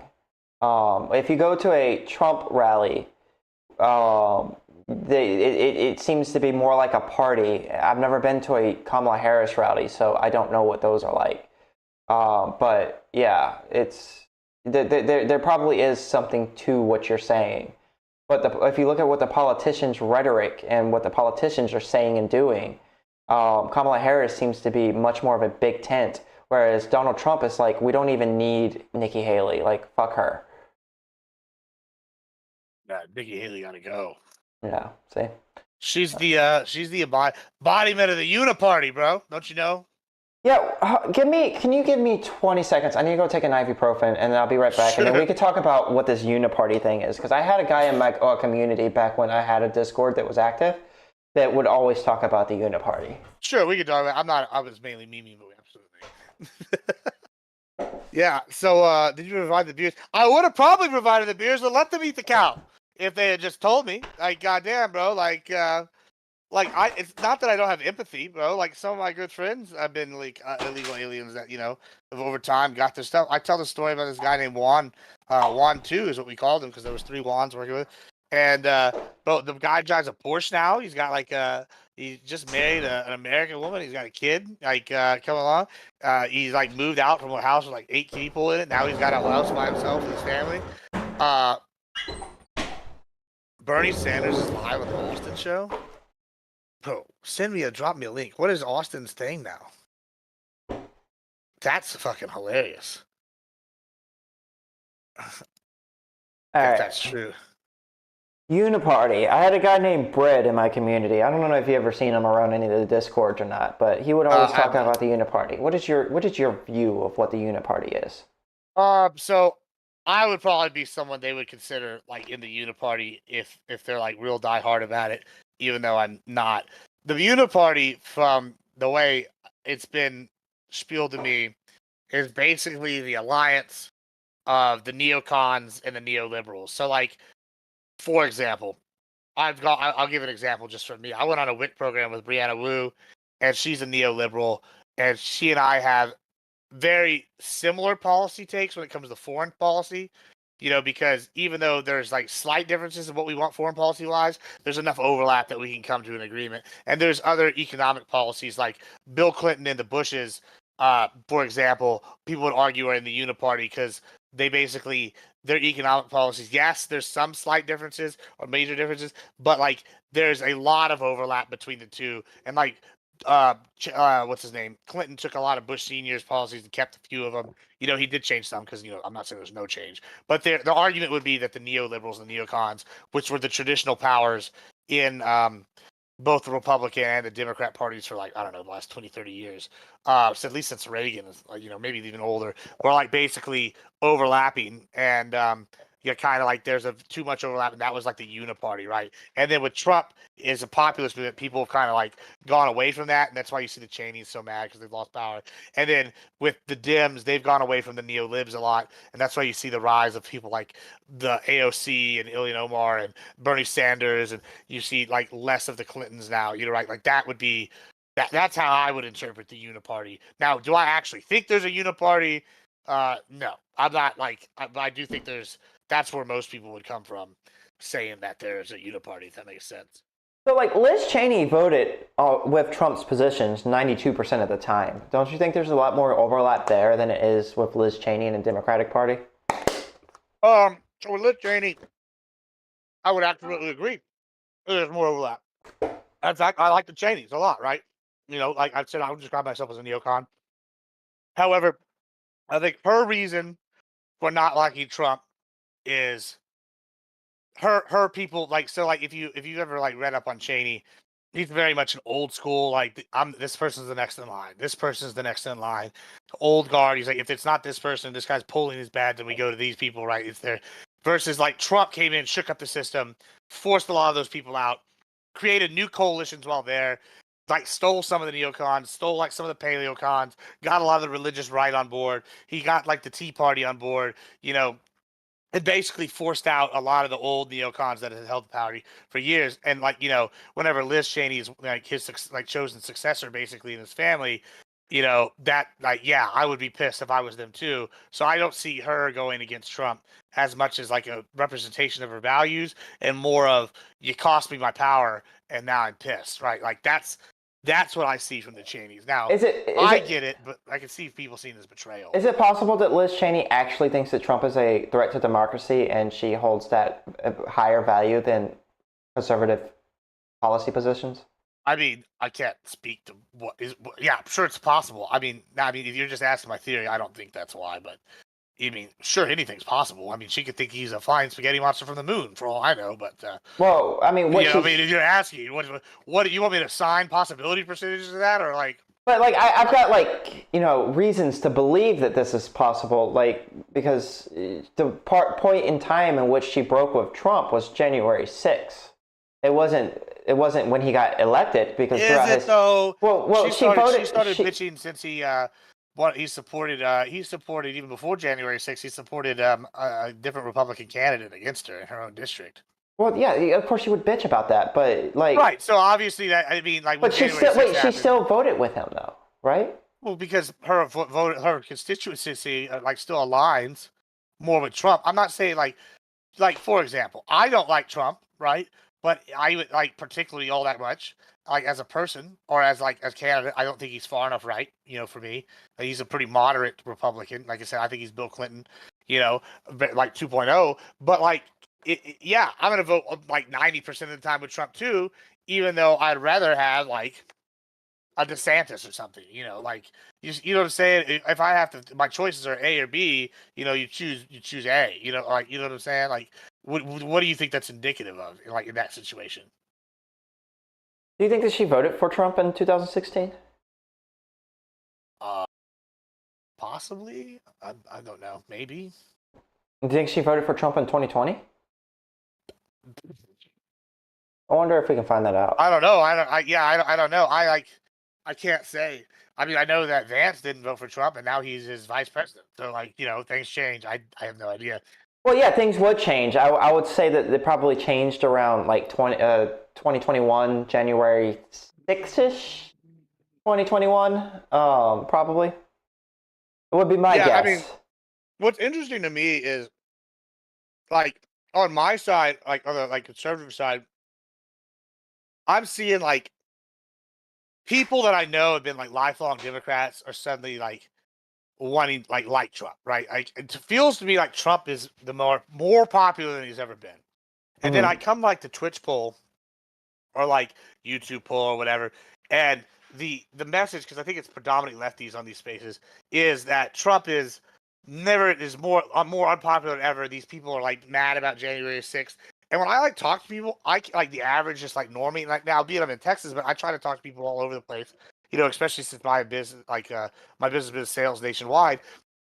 I like, I can't talk to employees, but I can talk to some of our clients and stuff. And they all seem like I've never once heard anybody say January 6th is a big thing, except for like in these online spaces, right? It's like that they really think about. Everybody goes the economy, immigration. A lot. Like, the further north they are, the more they talk about the economy.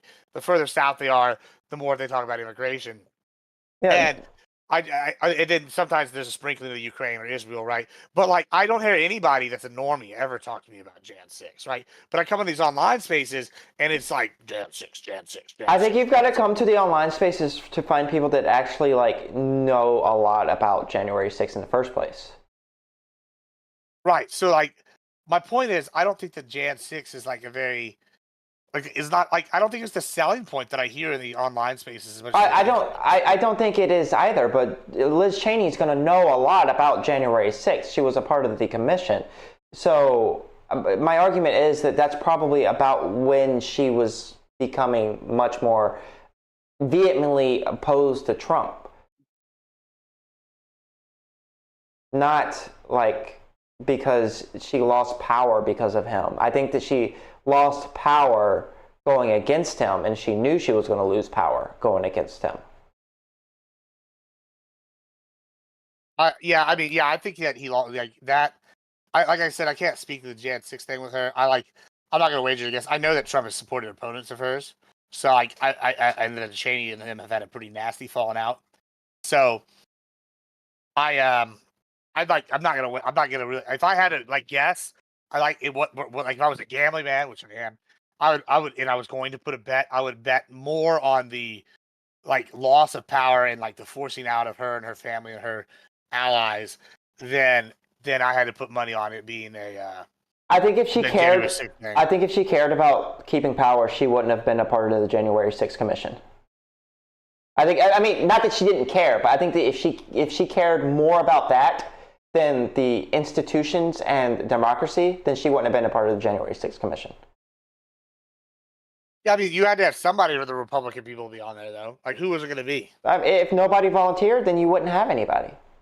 Well, I mean, maybe. I mean, the other thing is he's already supporting opponents against her. Wouldn't that be a way to separate yourself? Like, hey, this guy's already supporting opponents against me. Maybe we can get him on something and I don't have to worry about this no more. Possibly, I guess. Like, I mean, like, there's a lot of possibilities here. I'm not like, I'm more of like the here and the now. Like this doesn't affect me the here and the now. Like, I know what's affecting me here Well, and the now. here and the now is that we have a choice between somebody who did try to subvert the election and also was okay. At the very least, he was okay with a violent mob of his supporters doing to do that. Patriotically. I don't give a fuck what he said. What he did when they got violent was says way more than any 4 words in his speech. Anyways, he was okay with his mob being violent in order to get that end. Versus somebody who is at least who has at least upheld democracy. I mean, I don't. Maybe this is the thing is I would call that like a riot. Sure, we can argue it's a coup. It seems like a pretty weak coup, 200 people in the Capitol building or whatever, as opposed to like It was the a coup outright. attempt. It was an insurrection attempt. I would agree. And I'll even grant. I don't think it's one, but I'll grant it the title insurrection. If you would grant me the title of insurrection for the BLM protests of the Chaz, like I mean, that caused over a 20 local million damage. a local insurrection. Chaz was absolutely a local insurrection. Oh well, then yeah, we're closer on the same points than I thought. But I mean, yeah, I can see that. How many I don't people think on the Trump left led actually support Chaz? Oh, bro. I think it's a lot less than you think it is. A whole lot I don't less. think I don't think it is a lot less. I think it's about the number. I don't think it's a high percentage. No, I do think that I think people in the space support it quite a bit more I than think the you spend average too much person time on does. Twitter. I don't actually ever get on Twitter. Oh, that surprises me. I like never get on Twitter except for the post or share something I think. My Twitter, by the way, if y'all didn't know this, my Twitter persona is only Twitch based. I basically only go on there to talk about Twitch shit or like share something I think that might be What do you think about the good for revelations later. about Revelation, like Twitch? the Book of Revelations. No, Oh, about Twitch and Israel. oh, this is some spicy shit. Destiny's making a big deal about it. I don't like. It doesn't feel like a big deal to me, but It could be a big deal. I seen something about Bezos being pissed about it, and Bezos owns Twitch. He's Clancy's boss. So if Bezos is mad, then yeah, I think that there might be some problems coming down the line. It does seem pretty spicy to me. Now it's like obviously this is like the enemy of my enemy is my friend. Like Destiny's no friend of mine, right? Like like at least in terms of viewpoints, like. So it's not like I'm going, woo, Destiny. And like, I don't even watch Destiny much. I don't watch Hassan either. I hate Hassan. Yeah, I couldn't tell you 5 things about either of them. Other than, I guess, Destiny's a cuck. But other than that, I mean, I think everybody's a cuck. So whatever. I'm just sitting here going, hey, I don't know anything about either of these people. I don't really know their stances. Like, I don't watch them. I know people in this space love them. However, I know they're both left. I do think that there has been a predominance of like anti-Semitism on Twitch lately, and I can give you an example with Watch Sarah Live. She's a Jewish streamer, and she got banned for posting, perma-banned for posting like as a title, like as a joke title, talking about dating, saying all men suck. Uh-huh. And like it was a comedic title, and they were joking, and the reason was because it was the second ban, and the first one was because she gave us she did like a whole little segment on Israel and the Palestine war, and I guess they thought something was insensitive. Whenever I turn around and I see people like Frogan saying wild shit about whatever, or Hassan or Houthi terrorists getting unbanned on Twitch, and then the geo blocking, I guess, that came out is a thing. I think there is some spiciness here because Amazon and Jeff Bezos are not happy about it allegedly. I think, but other than that, I don't really know. Like, I think that Amazon being mad about it makes it spicy, but like a private company geo-blocking a country, like it just doesn't. It's a double standard, I think, is the big issue. Oh yeah, there's a huge. I don't even stream on Twitch. There's a huge double standard on Twitch. I don't particularly like the platform, but they are a private company and they are allowed to have just like Twitter is a private company and he's allowed to fellatio Trump on his platform if he wants to. Well, I mean, and like I'm a conservative, and I know that I've been like working towards like starting to like I think it's beginning like literally the first next month I'm gonna be going on like a multi-platform push, right? I'm gonna be doing more TikTok, Kick. We're gonna be doing YouTube, all this stuff. But like as a conservative who's been mainly on Twitch even since my Halo days, right? It has someone who's gotten a ban and had to come back after a year. It's like, hey, I know these are problems. So don't break the rules, right? Like, when I talk about trans issues, right?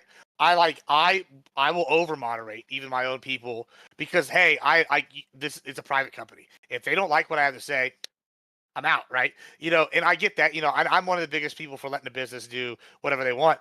And so I get mad at some of my fellow conservatives. It's not hard to like follow the rules and be able to have a real conversation.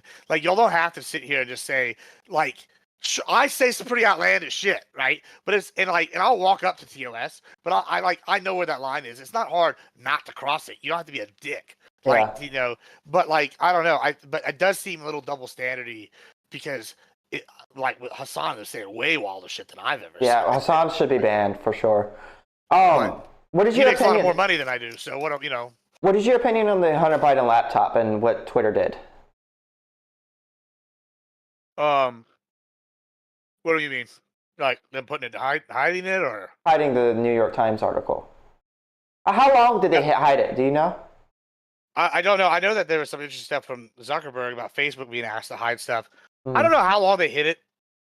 I will say that, as a private company, once again, they can do whatever the fuck they want. Okay. Like, and that's not my problem.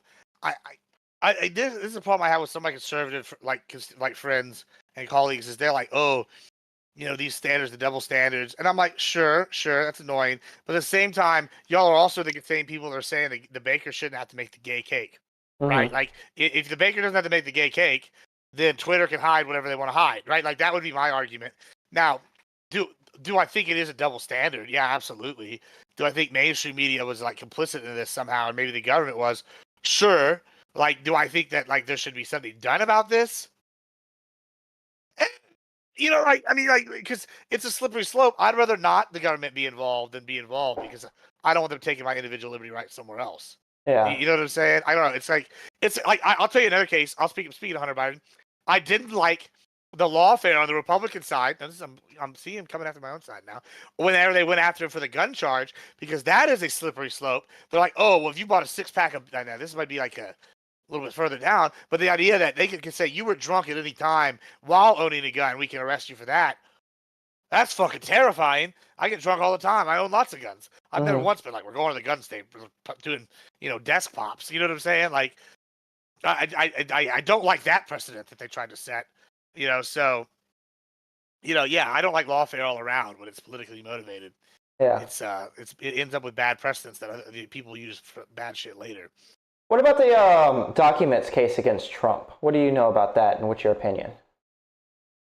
I think it's kind of silly. You think it's silly?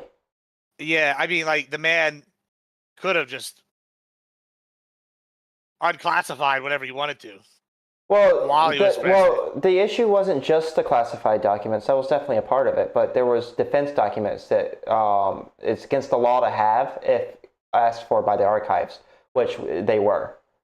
Sure. Regardless of classification status. It seems pretty ticky-tack, because, like, I once again, I'm going to go with the reverse.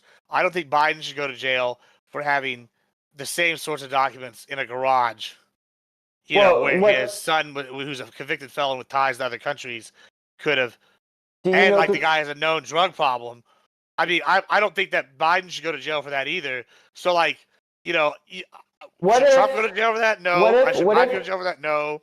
What if when the archives asked Biden for the documents back, he gave like 2 of them back and was like, all right, that's all you have, and then hid the rest, and then instructed his people to delete the video to try and hide it from the fact that he still had documents from the FBI and the archives?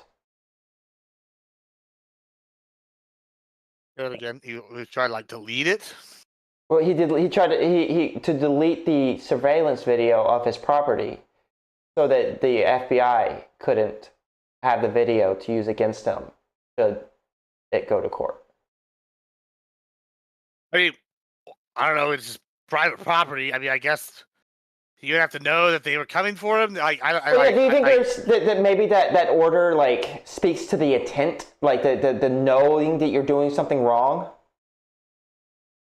I mean, I would probably need more information, but, like, maybe not. Like, I mean, do you keep, like, it's the same argument with this McDonald's thing. They're going, we don't have the documents from the 80s. Like, are you expecting them to keep just hours and hours of footage just, like, on tap at all times? Like, well, I would expect you not to order your people to delete surveillance videos. There's probably a natural process that happens where it gets deleted after a certain amount of time. But if you're giving the order, that means there's something on there that you don't want other people having. Yeah, I mean, I don't know. I can think of a lot of reasons why I would delete video evidence of shit. Like, not video evidence, I mean, videotapes of anything. So the archives come, asks for the documents back. He refuses to give it to them for a year. The FBI finally shows up, and he gives some of them to him, orders the people to move his documents and to delete the video of them moving the documents. You think there's more than one reason why that he would order them? Yeah, there could be a lot of reasons. No. You're asking me for, like, this possibility. Like, you're asking me for, like this is the same kind of, like, this is the problem I have. This is the same kind of conspiracy brain stuff that, like, like some people have been using like, okay, I'll give you an example. Connecticut, there's an example. There's a trial right now where they're indicting more and more people because they basically ballot stuff. They have people literally high-fiving as they ballot stuff to get a mayor elected, right? And they have like tons and tons of video evidence, right? And then conservatives going, it happened here, could have happened everywhere, right? Like it's the same thing. Like, come on, it's very weak. This like argument here, like as far as why you would delete security footage. Like you can delete security footage for like a million different reasons. What if Like this is the only time that this person's ever been told to delete security footage by Biden? by Trump? Well, okay, by Yeah, Trump. yeah. I mean, oh well. Like I mean, I don't know. I don't know. It could be like I said. It could be a lot of reasons. Like I don't. It's just speculation. Like that's all this is. Like you're just asking me to speculate. When you're trying to establish intent, it is going to always just be speculation, unless you have like video recording of him saying, "I don't want the FBI to have this, so you need to delete this." I mean, they have that a lot of times for a lot of different things. No, most of the time when you're establishing intent in a court of law, it's speculative. It's still speculation. Yeah, I mean, I'll tell you the only damning thing, and I really don't think it's that damning, and this is why I think it's like, this is why I said it's silly, is literally the audio tape. The audio tape is he's showing him classified documents, and he says, I could have declassified this if I wanted to. Which tells you that he didn't. Yeah, which tells me he didn't, but it's also like, if he could have done it, and he's showing it to him, then, I mean, like, he would have showed it to him, in office, too. So it's just like, yeah, wow, why would you want a person like that in office? Well, I think you're missing the point I'm making here. If he would have showed it to him in office, and he showed it to him outside of office, going, "Hey, I could have just disclassified." Like that's not really damning to me. If the guy could have just declassified. It does show you that he lied when he said, "I declassified them before I left office." How? Because if he's telling these people, I could have declassified them, but I didn't. And now he's telling the American people, I did declassify these. But when I mean, it depends on which parts. Some of them, what he did declassify, he said he did declassify. Okay, but I mean, it's like you're hyper focusing on only parts of this case here. Well, I'm actually going where you've taken me at this point. Yeah, I mean, that's what I'm saying. Like, if he's already said I could have declassified him, and I hadn't, right? Yeah, and he shows that's the only damning thing that I think is really in there, and I don't even think it's that damning because it's like him going, "Well, I could have just done this." So like if you were in office, basically, you could see him. Like I don't, you know what I'm saying? What's the harm here? What is the net harm from him doing that? Well, the harm is that he purposefully tried to keep documents that he was not supposed to have, that was being asked for by the government, in his in an unsecure area. Well, let me ask this: same thing, same scenario, but what if he didn't even have the authority to declassify them and he showed them to people? That would still be pretty bad. That'd be worse, right? No. If he didn't have the authority to declassify these documents ever, no, and then it wouldn't be worse. Showed people. No, hold on. Hear me out.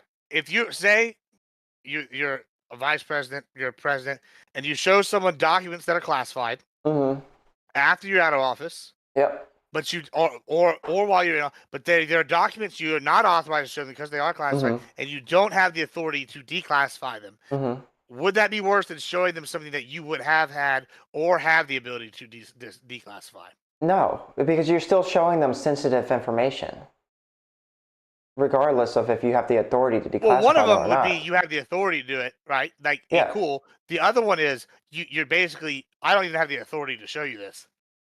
Like, do you see why that's worse?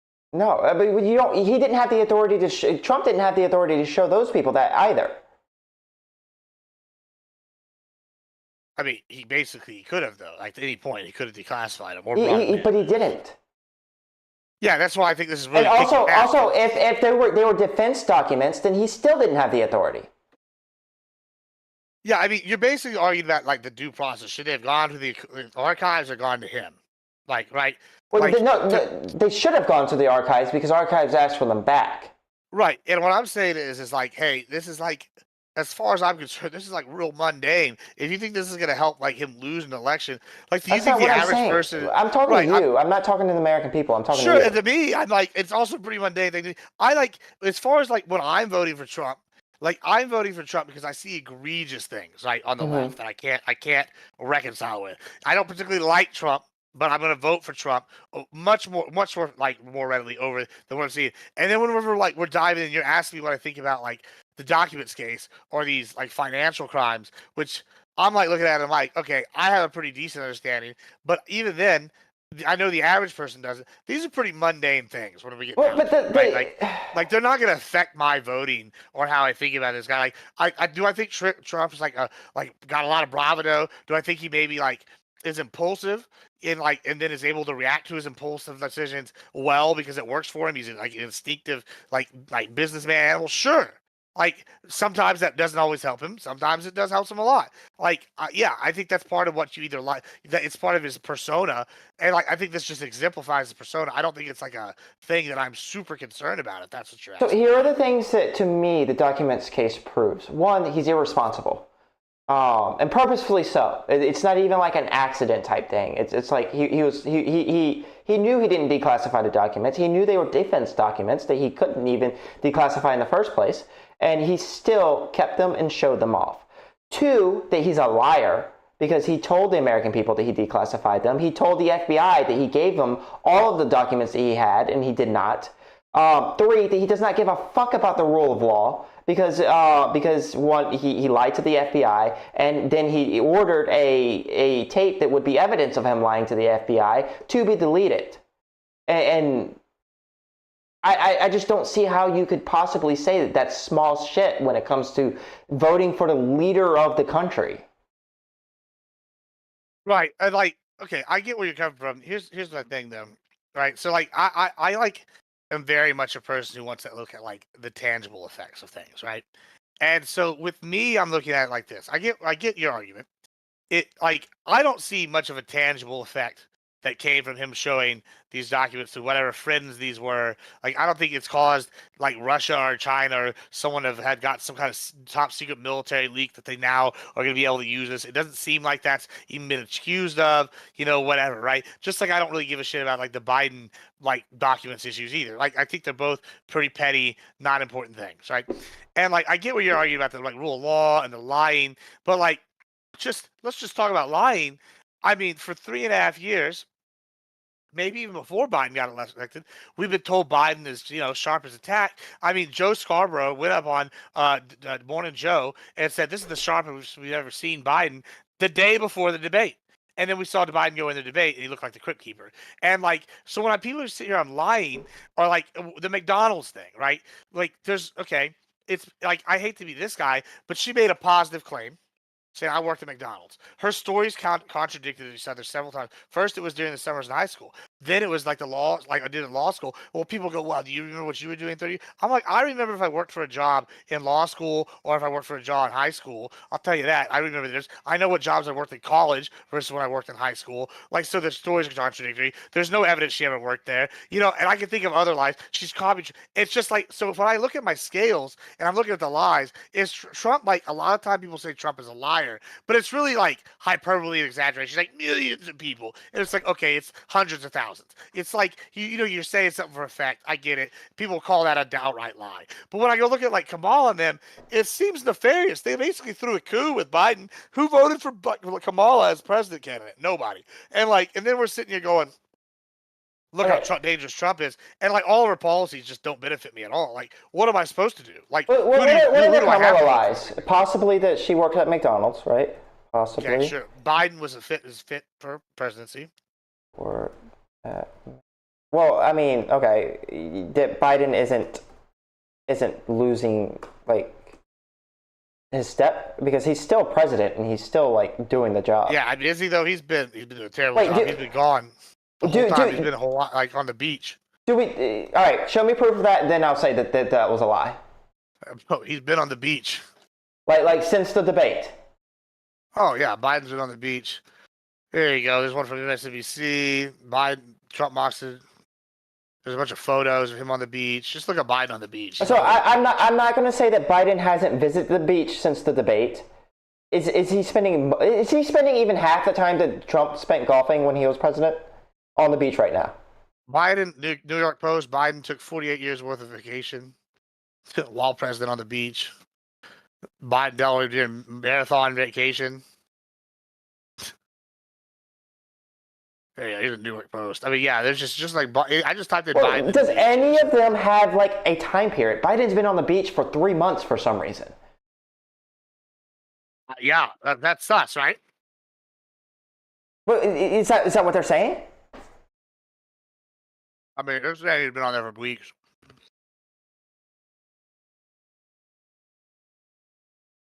It's a little bit of an older article, but yeah.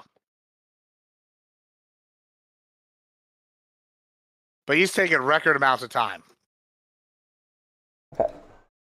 They found her lying 21 times in her debate. And then here's another thing when we go to the debate. You remember some of the outlandish things Trump said that everybody thought was crazy? I know everybody keeps going back to the eat the dogs, eat the cats one. But do you remember specifically, I'll give you one, the transgender surgeries for illegal immigrant inmates? Do you remember that one? Yeah. And everybody was just like, that's so outrageous. Can't, like, where does Trump get this schizo post bullshit? Then that ended up being completely true. So if you actually look at her statement, she's talking about medically necessary surgeries for transgender people. Those are the words she says. No.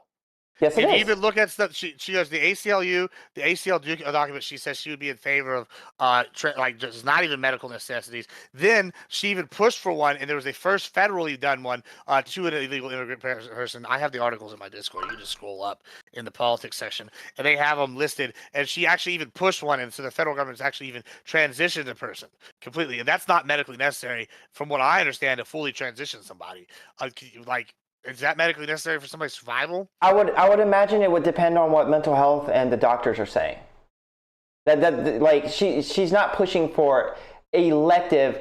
Oh, if you just feel like getting the surgery, you're going to get the surgery. What do you mean? Their mental health? They're in prison. Do you think their mental health is going to be good in prison? Like, why would prison was supposed to be just keeping you alive for punishment? No, that's not true. That is so not true. Your understanding of the way the prison system is supposed to work. It's not for rehabilitation. I work in a prison. You understand that, right? Sure. And I mean, if it's being used for rehabilitation, I would argue that it's being used wrong. Like, how do you rehabilitate somebody on death row? We don't have many prisoners on death row. I mean, how do you rehabilitate somebody on death row or somebody that's got multiple life sentences? It depends on how much. For the life sentences, you rehabilitate them and you use them to be able to teach programs and such in order to help people that are on that have release dates. That is a project that I'm currently working on in my prison right now. Yeah, I mean, you might be worried, but I would argue that compared it to somebody like Finland, where they have like rehabilitation prisons, ours are definitely. I'm not saying that we don't do. I'm not saying we do a great job at it, but that is the stated goal of at least a Virginia prison system. Yeah, I mean, I don't think that's the general goal of most prisons here in the United States. I think that most people see it as a punishment, but if you were to actually go to the prison, especially prisons in blue and purple states, it's usually rehabilitation is the goal. As a matter of fact, Virginia's like strict on shit like not giving parole. According to SCOTUS, this is SCOTUS ruling from. Hold on, let me read more of this. This is what it says now. However, according to Congress, SCOTUS, prison is useless for rehabilitation. Imprisonment is used to punish behavior, not to correct it. Rehabilitation. What does SCOTUS have to do with the state prisons? This is the fine from FineLaw.com. This is an archive from them. Okay. Wait, what year? Because there was a time in this country where you would lock them up and throw away the key. We talk about that. This is old. This is about 10 years ago. Yeah, and I don't know when. No, not updated 2 years. 2019, so 5 years ago now. Okay. They're just wrong. I mean, then Congress, according to said this in the Reform Act of 1984, in prison is not an appropriate means of promoting correctional rehabilitation. In 1984, yes. In 1984, we for sure was putting prisoners in jail. Yeah, but that's the Reform Act. I mean, has anything been updated since then, like with Reform? Well, most prisons are run by the states. Right, So and it's so the going to states depend are on going the to vary. state. So like Texas is probably going to have a much more punishment-based one than say Probably, like yes. than California, right? And if that's the case, all right, so we have states doing this, and all federal ones allegedly are following the 1984 Reform Act. That would indicate to me Do that the you, majority of prisons in the United States, despite some outliers, are going to be using it for do you think that punishment. Like prisons should be punishment, or do you think they should be rehabilitation? that's an interesting question. I I think this is kind of an interesting thing for me personally. I think that there's value to both, right? Like, however, I don't like the idea. Okay, maybe so. This is why I'm not a libertarian, right? So I like my tax dollars going to some things. If I could be shown definitive proof, and I think there is definitive proof that rehabilitating people and giving them like education programs in prison, for example, like that's just one example. I'm sure that you work in prisons, you probably can give me more examples. But like that have been shown to like cause a 20% reduction in crime or repeat offending. That's what like the last article I saw, and I've seen other evidence like in other articles and stuff over my lifetime. And I've even known people that got degrees in prison and they bettered their lives outside of it. Like I think there is definitely a place for rehabilitation within prisons. And I think that I don't even mind object to my tax dollars going towards that. I think that what I do object to is which groups of people are getting that. Like, and I will say maybe one area I'm weak on is where I would draw that line, like who deserves to get the rehabilitation versus the punishment. I don't know, like, and I don't know who would be the person to determine that or like what group. But I do think that there's definitely some areas for rehabilitation, especially like juvie and like for like younger men especially like that are, you know, They're the hardest to rehabilitate. yeah. I mean, really, that's surprising. Because they're young and immature. The Well, that older makes people sense. that end up in prison, and especially the ones that have been there for a long time, they're usually already like calmed down, and they're like, I'm done with this shit. I need to get my shit together, and they're more receptive to what you have to offer. Um. Yeah, that's interesting. We'll have to continue this. I have Okay. another obligation here in 10 minutes. I need to get ready for. All right. You have any closing thoughts? Where can people find you so I can get? I posted my Discord. I'm really if any of your conservative fans or whoever's watching right now wants to go to my Discord to talk politics, then I'm down for that. Other than that, I mean, I have a YouTube and I have a Kick, but I don't really. I'm streaming right now, but I don't really keep up with it, so it's not even worth visiting. All right, I'll post your Discord in my chat. Yeah, feel free to join. This is Liberal Cluck. I'm sure we'll see more of him. We'll get more debates and stuff going. I'm always looking for new stuff, especially starting next week. I'll have a lot more time. Okay. After because I have a streamer here living with me for like another week, and we're doing other stuff. But after that, I'll definitely try to get more stuff. So I'd definitely love to talk to you again here in the near future. I've had a good time. Okay, we'll narrow down the Chatting. topic next time too, so I can do some research. Absolutely, I think that'd be a good idea. I mean, you were like just like bring some stuff. I was like, Yeah, I'm gonna bring well, some we stuff. can talk about anything. I wanted to kind of see where you were coming from. You're definitely an Sure. interesting person. You're kind of all over the place, to be honest. Yeah, we try to be all. Never let them know your next move. Yeah, exactly. All right, well, have fun with whichever you got going on, and have a good night.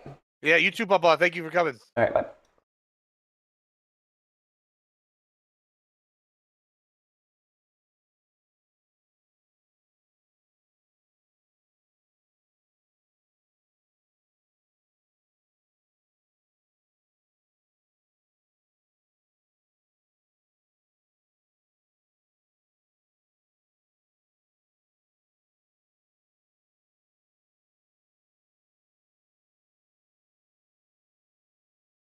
He vacation.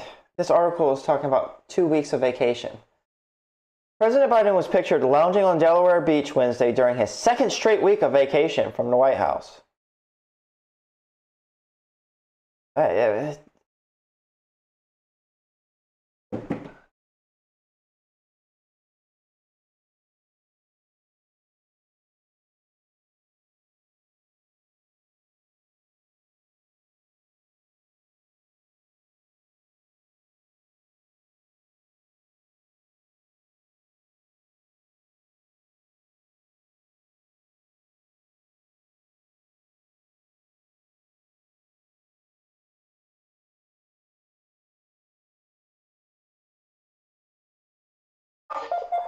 Hello?